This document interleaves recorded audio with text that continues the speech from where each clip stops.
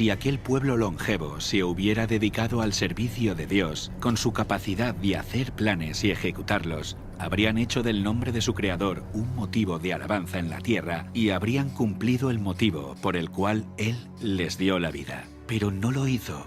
Había gigantes, hombres de gran estatura y fuerza, conocidos por su sabiduría, hábiles en la elaboración de las obras más maravillosas. Pero la culpa en que incurrieron al dar rienda suelta a su maldad fue proporcional a su destreza y habilidades mentales. A estos hombres antediluvianos, Dios los colmó de dones, pero usaron su ingenio para glorificarse a sí mismos y los transformaron en una maldición, al poner sus afectos en ellos mismos, en lugar de aquel que se los había dado. Utilizaban el oro, la plata, las piedras preciosas y las maderas selectas en la construcción de mansiones, y trataban de superarse unos a otros en el embellecimiento de sus moradas con las más hábiles obras del ingenio humano. Solo buscaban satisfacer los deseos de sus orgullosos corazones y se deleitaban en escenas de placer y maldad. Sin deseos de conocer a Dios, pronto negaron su existencia.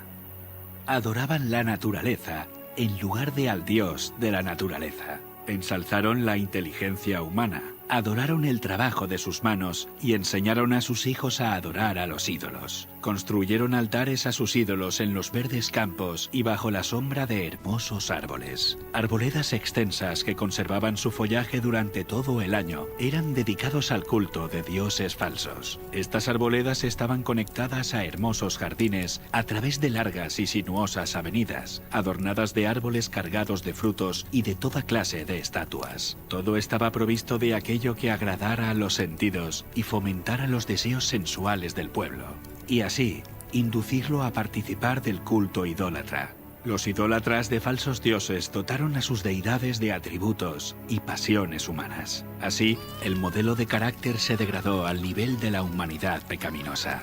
Y vio Dios que la maldad de los hombres era mucha en la tierra, y que todo designio de los pensamientos del corazón eran de continuo solamente el mal. Y se corrompió la tierra delante de Dios, y estaba la tierra llena de violencia. Dios dio a los hombres los mandamientos como una ley de vida, pero violaron su ley, y el resultado fue todo pecado imaginable. La maldad de los hombres era abierta y temeraria, la justicia era pisoteada, y los gritos de los oprimidos llegaban al cielo.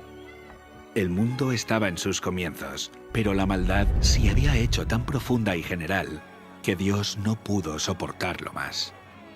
Y dijo: raeré de sobre la faz de la tierra a los hombres que he creado. Declaró que su espíritu no contendería para siempre con la humanidad culpable. Si no cesaban de contaminar con sus pecados el mundo entero y sus ricos tesoros, Él los borraría de su creación y destruiría todas las cosas que con tanto amor les había brindado. Acabaría con los animales del campo y la vegetación, que les suministraba abundante abastecimiento de alimentos, y transformaría la bella tierra en un vasto escenario de desolación y ruina.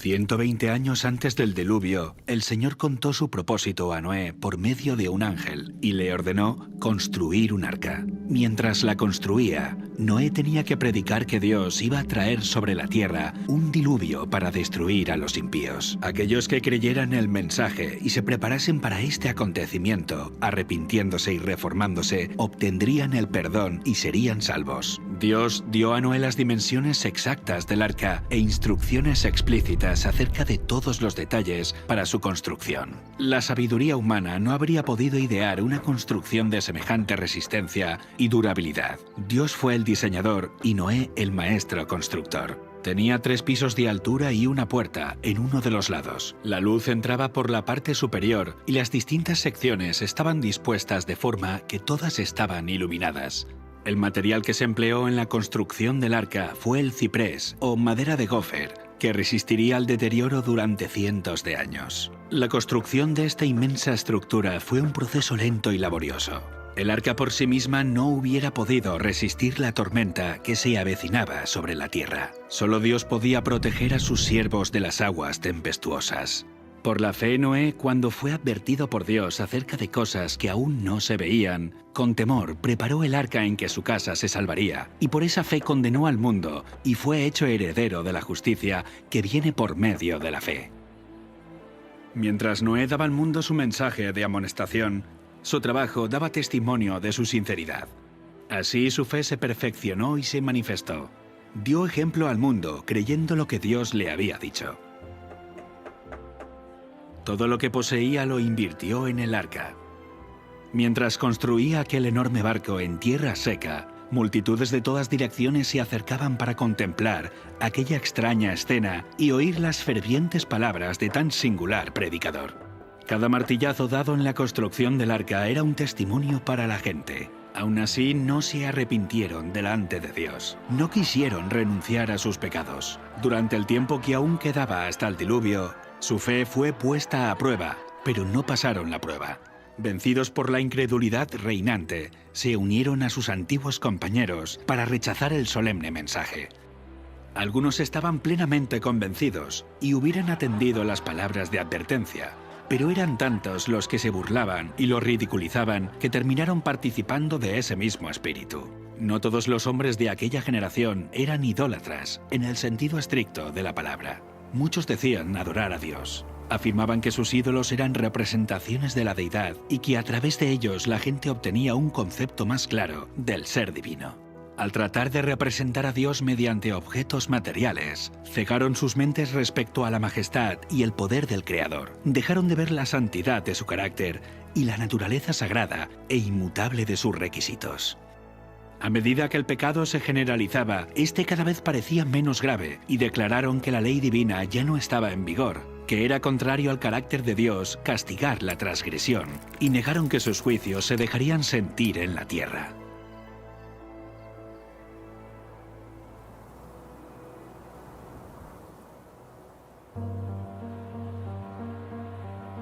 Si aquella generación hubiese cumplido la ley divina, los hombres habrían reconocido la voz de Dios en la advertencia de su siervo. Pero al rechazar la luz, sus mentes se volvieron tan ciegas que realmente creyeron que el mensaje de Noé era un delirio. No fueron las multitudes ni las mayorías las que se colocaron de parte de lo justo. El mundo estaba en contra de la justicia y las leyes de Dios, y Noé fue considerado un fanático. El mundo se reía de la locura del iluso anciano. En lugar de humillar sus corazones ante Dios, ellos persistieron en su desobediencia y maldad, como si Dios no les hubiera hablado a través de su siervo. Pero Noé se mantuvo como una roca en medio de la tempestad. Rodeado por el desdén y el ridículo popular, se distinguió por su santa integridad y su fidelidad inquebrantable. Sus palabras iban acompañadas de poder. Su relación con Dios le proporcionaba la fuerza del poder infinito. Durante 120 años, su voz anunció a oídos de aquella generación acontecimientos que, según la sabiduría humana, estaban fuera de toda posibilidad. El mundo antes del diluvio razonaba que durante siglos las leyes de la naturaleza habían permanecido inalterables. Las estaciones se habían sucedido unas a otras en orden. Nunca antes había llovido. La tierra se había regado por una niebla o rocío. Pero con su obstinada resistencia a los reproches de la conciencia, aquella generación llenó la copa de su iniquidad y maduró para la destrucción. Su tiempo de gracia estaba a punto de concluir. Noé había seguido fielmente las instrucciones que había recibido de Dios. El arca se había terminado como el Señor había dictado, e hizo provisión de alimentos para hombres y animales. Y entonces el siervo de Dios hizo su última solemne súplica a la gente.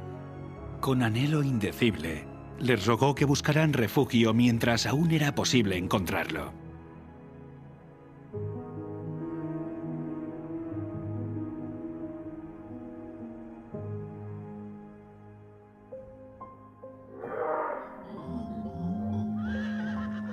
Animales de todo tipo, desde los más feroces hasta los más mansos, se veían venir desde las montañas y los bosques y dirigirse tranquilamente hacia el arca. Se oyó un ruido como de un fuerte viento, y he aquí los pájaros, que venían de todas direcciones en tal cantidad que oscurecieron los cielos. Entraban en el arca en perfecto orden. Los animales obedecían a Dios, mientras que los hombres no lo hacían.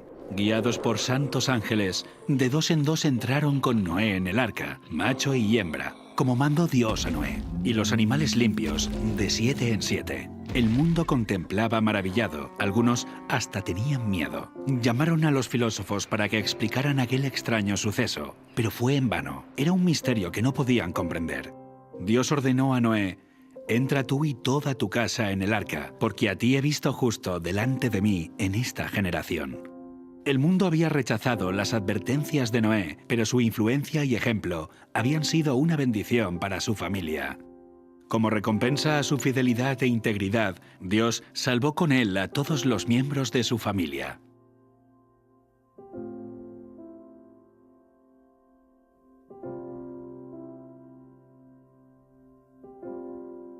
La misericordia dejó de suplicar a la raza culpable. Los animales de los campos y las aves del aire habían entrado en su refugio. Noé y su familia estaban dentro del arca. Después, el Señor cerró la puerta. Se vio un relámpago deslumbrante y una nube de gloria aún más brillante descendió del cielo para colocarse ante la entrada del arca. La puerta maciza que no podían cerrar los que estaban dentro fue puesta lentamente en su sitio por manos invisibles.